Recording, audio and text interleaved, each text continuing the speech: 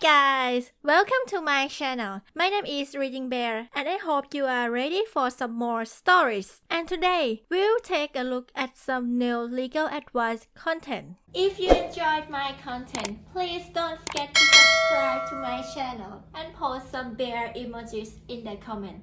And now, let's dive right into the stories. First one is titled, Homeowner Association President gets my car towed daily even though I have a permit.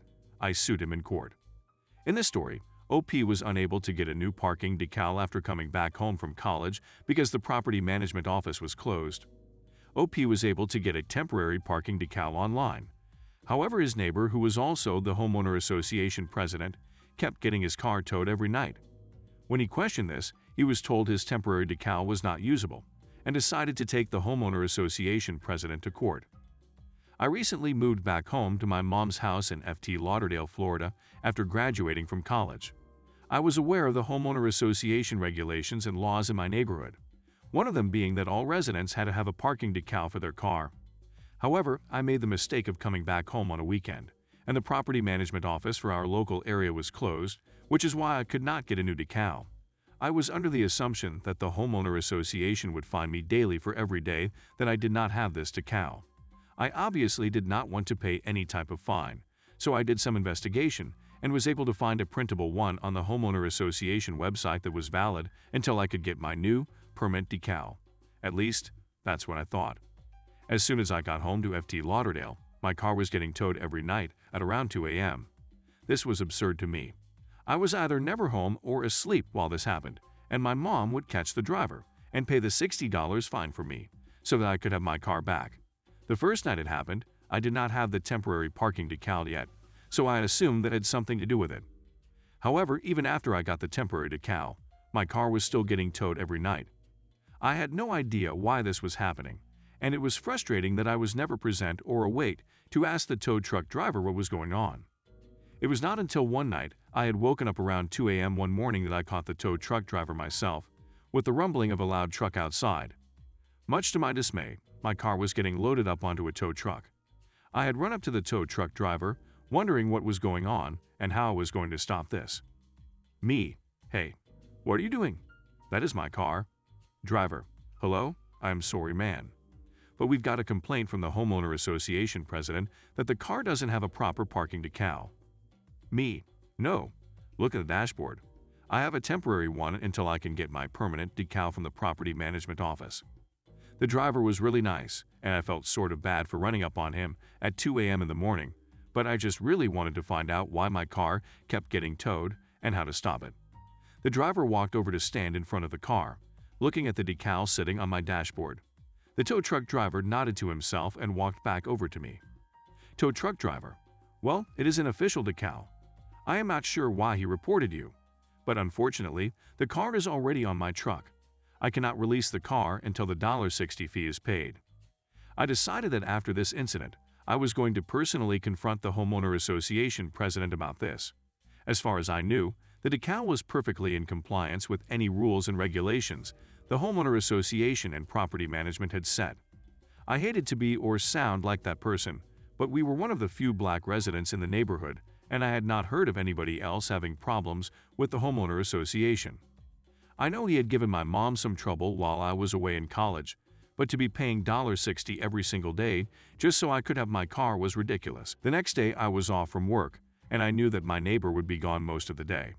I told my mom about the encounter I had with the tow truck driver, and how our neighbor was reporting my car and the decal every single day.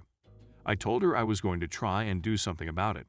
I could not keep paying the $60 just to have my car back. That would be $420 in 1 week. So when I saw my neighbor's car pull up in the driveway, I gave it a few minutes before I decided to head over there. Walking up to my Homeowner Association president neighbor's house, I knocked on the door and patiently waited. However, 10 seconds turned into 30, 30 seconds turned into a minute, etc. I could hear his dogs barking, had watched him pull up, and his car was parked in the driveway, so I know he was home. How convenient that as soon as I try to talk to him, though, he is suddenly not answering his door.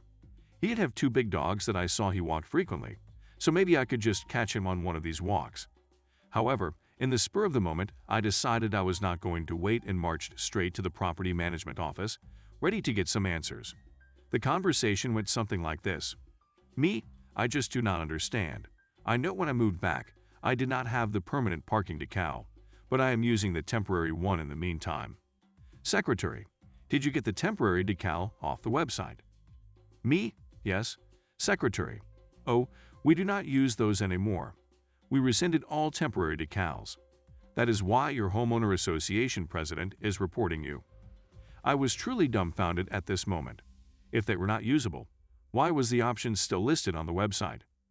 Me, so why was it still listed on the website? I paid for it. Secretary, well, we did not plan to make a formal announcement. Not a lot of people use those. We were just going to take it off the website, but I guess they have not done so yet. I was so angry. I had been telling this lady about my issue, and she could not care less. At that point, I had just decided to go home. I was going to find a lawyer. I ended up finding a lawyer through a quick Google search that night and wrote him a letter explaining to him in detail what had been happening and how I tried to fix it by confronting my neighbor and going to the property management office. I explained to him all of the money I had spent not only on the temporary decal, but on the permanent one and the fines for getting my car back as well. I was surprised when he reached out to me the next day, explaining the different options we could use to approach this situation and what results these options would most likely bring. It was only about a month later that I finally saw my neighbor in court. This was the first time I had seen him since I moved back and my car started getting towed, so I was not surprised when he did not seem that happy seeing me in court. I do not think that he thought that I would take it this far, but I felt like I had no other choice. What was happening to me was not fair, and my neighbor was downright rude and unfit to be a homeowner association president. In the end, the homeowner association president ended up having to pay back all the money I spent getting my car back every day and received some hefty fines himself for trying to rescind the temporary parking decals without telling anyone. On top of this, the homeowner association board members voted in a new homeowner association president, who was a much more understanding neighbor and a way better fit for the position. The property management office also received a violation for having the option of temporary parking decal on their website, even though they were not accepting them anymore. I found out that while it was legal for them to decide against the printable parking decals, that it was illegal for them not to give notice or try to rescind anyone with a temporary parking decal without returning the money they paid. Next one is titled, NSW Australia. Last month a friend began to cross a flooded river in his car with me in it. I jumped out because I'd been caught on a flooded causeway before. I now have a letter from his lawyer asking for damages because the car was washed off the causeway and written off. Long-time legal advice reader here, and I'm pretty sure this is a case of my, probably ex, friend being an idiot on a lawyer's letterhead or not telling his lawyer the whole story. When I'm in the middle of it, it feels a lot different though. Early in November, we went to pick up car parts after work that my friend, I'll call Aaron, because his name's Aaron and I think he's being an idiot, had bought on eBay. We had to go through some back roads to get to the property and picked it up and all was well. It had been raining for part of the day, but really picked up when we were loading the parts, and we got to a causeway we'd passed only an hour before, but it was now covered in what looked like half a meter of water and we stopped. I'd been navigating and knew we could back up and take another much longer route, even though the highway was just a bit on the other side of the causeway. There was no way I'd go through the water as it looked, but because I'd been caught on a causeway 20 years ago in less water and had my car pushed off into the river, I didn't want to risk it. I didn't lose that car, but it's one of the scariest moments of my life.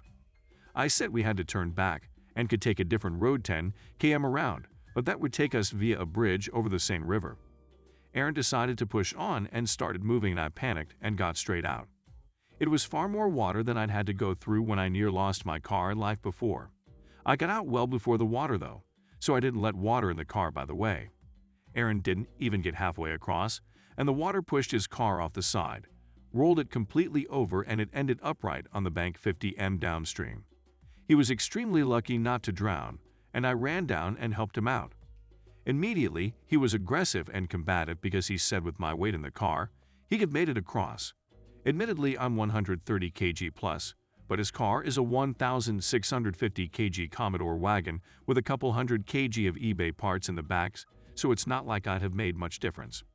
We phoned for help and the river went down within an hour and made it across the causeway by foot. We haven't spoken since, and he's avoided me in places we usually go. But on Friday I received a letter from a lawyer I know is real in our town, but sounds like it was written by my friend. It's asking for $50K for the car and personal damages because I made the car unsafe by getting out. It was a 1997 Commodore, maybe worth $1,500 on a good day. I think he's being a dickhead. Someone reassure me, it's not up to me to sit in someone's car when they're doing something dumb, is it? Ideally, I'd like to post him this link in responses if they're what I think they'll be. I want to contact his lawyer to tell him Aaron is either being an idiot on their letterhead, but in the off chance it's for real, should I get my own lawyer to draw up my own "Stop This You Bunch of Goons" letter? Update: I went to a lawyer my parents had used a few years ago, and they recommended. She took one look at the letter from my friend Aaron's lawyers and said she has concerns about it, and she'd respond. She contacted his lawyer, and my lawyer mailed me to tell me Aaron's lawyers aren't his lawyers at all, but to contact her if I heard more, otherwise no need for more action. Aaron had apparently faked up the letter and admitted as much to me yesterday when he finally decided to talk to me. He wants me to retract my complaint to his lawyers about him using their letterhead. I hadn't complained to them myself, so I did the time-honored thing and told him to go pound sand, but it might have rhymed with "go eat a bag of dicks." Next one is titled, Nebraska, I just closed on a new house. Sellers allege that I owe a portion of their $990 security system cancellation fee because I did not take over their contract, threatening small claims court. I closed on the 14th. Sellers are alleging that the security system goes with the house and so does the security system contract. The disclosure states security system stays but does not mention the $50/month contract with 4 years remaining. I was never made aware of any of this information until after closing, when the seller contacted me via an abrasive and frankly unhinged email. By looking me and my fiancé's emails up via social media, I assume. This is the only personal info I have available on social media. We promptly blocked her without replying and notified our agent and the seller's agent that she was threatening to take us to small claims court if we did not pay $990 for not taking over the security system contract. Our agent advised not to respond and to get our personal security system we brought with us from old house installed ASAP and to change all locks. The seller's agent says this is a miscommunication on all parts and says we should all 4 parties split the bill, roughly $250 each. I have bought houses before that had a security system installed and never even considered taking over the seller's contract. This discussion never occurred prior to closing. The sellers assumed we would proactively call their company and get it switched over. I trust that if my realtor was aware prior to closing, she would have informed me. For the last correspondence with the seller's agent, if my agent and I do not each contribute $250, they have all of the paperwork together to take us to small claims court. The response deadline is Monday, September 24th. I apologize if I neglected any relevant information. I'm typing this intermittently while at work. I deeply appreciate any insight on if the sellers have a valid claim against us. Thank you. Edit/update. Our realtor made it clear. Update. Thank you to all of the people who commented on the original thread. This was my first time dealing with small claims court, and all of the helpful advice and information really helped set me up for success. So short story is that the sellers did end up taking me to court for roughly $1,400. This was for the total cost of the contract, buyout for their security system, travel expenses since they moved out of state and would need to pay for gas and lodging to come back to sue us, as well as court costs.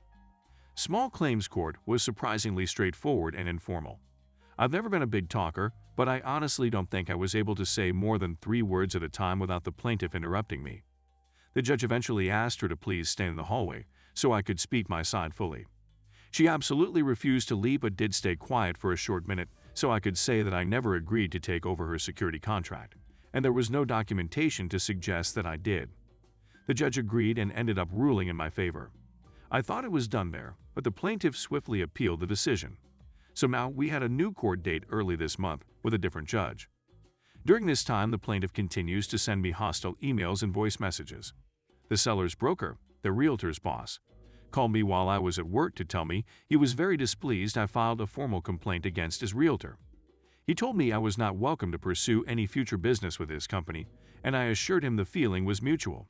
The broker said he supports all of his realtors and will not be acting on the complaint in any way. So I went and talked to the mayor's office about the situation. The mayor asked me what I wanted out of this, and I showed him the hostile emails from the seller and told him I felt it was the realtor's job to act as an in-between, even after the sale was complete. The mayor said he would step in and speak with the broker.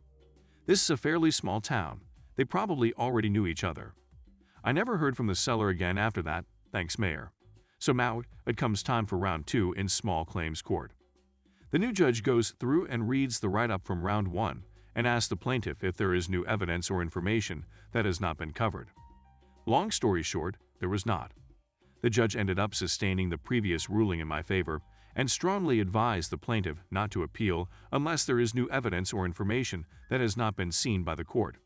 It's been 5 days and no word on an appeal, so I think it's safe to say I'm finally done and ready to put this whole ugly thing behind me.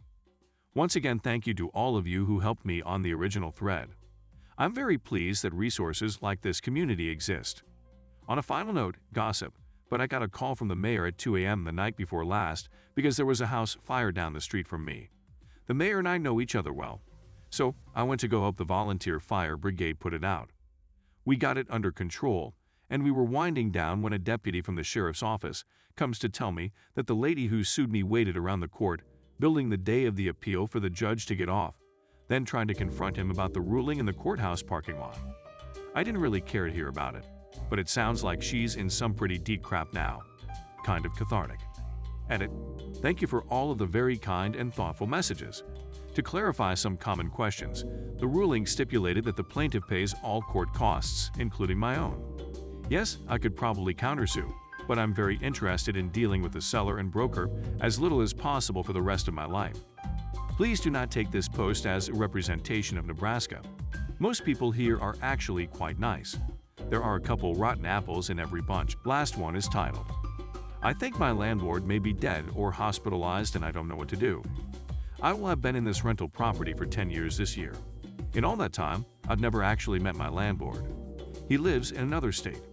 He used to have properties both in my state and in his state, but after the recession in '08, he mostly pulled everything back to his state. My original lease was for the first year here. After that, we never signed another lease, but we've never had any issues at all about that. I've always paid the rent by making a deposit directly to his account at his bank. When anything goes wrong, he's quick to hire repairmen. We've had a good relationship for the last decade, even if we don't know what the other looks like in person. Hugh Coronavirus.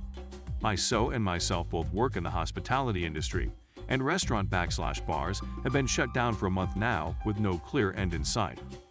Unemployment hasn't kicked in yet, and we haven't gotten any stimulus check. Rent is due, but we wanted to talk to our landlord about postponing payments until we started working again. The landlord's phone goes straight to voicemail. The voicemail box is full every time we call. He hasn't responded to texts or emails. We've been trying to get as hold of him for over 2 weeks now. Although I've never seen him, he sounds like an older dude and I'm worried about him. I'm also worried about my household. What happens if he's not okay? I can provide other details if they might be helpful. Edit. My state is Florida. Landlord lives in Kentucky. At least, I hope he still does. Edit. 2. I found the property tax information, and it only lists his middle initial and a P.O. box for my state and county. Edit. 3. Thanks to a lot of help, some info has been tracked down, and I have an address that I'm pretty sure is my landlord's actual house, not just a P.O. box that might not be checked often. I'm going to send a certified letter over that way explaining my situation and proposing a payment plan for deferred rent. In the meantime, I'm going to keep as much money put aside as possible until I get cash coming in again, when payments will be resumed. I'll let you guys know if I hear back. Thank you to everyone who provided advice. Update. Lots of folks wanted an update post, so here we go. I was able to find and get a hold of my landlord. It was not the most exciting or interesting outcome, and I'm glad for that. Turns out the dude's cell phone got stolen. That's why his voicemail box stayed full. We got back in touch yesterday and are working out a pandemic payment plan for the rent during the shutdown. Sorry it wasn't a cooler story, but I'm glad it was a small first world problem and not something more sad. Thanks for listening.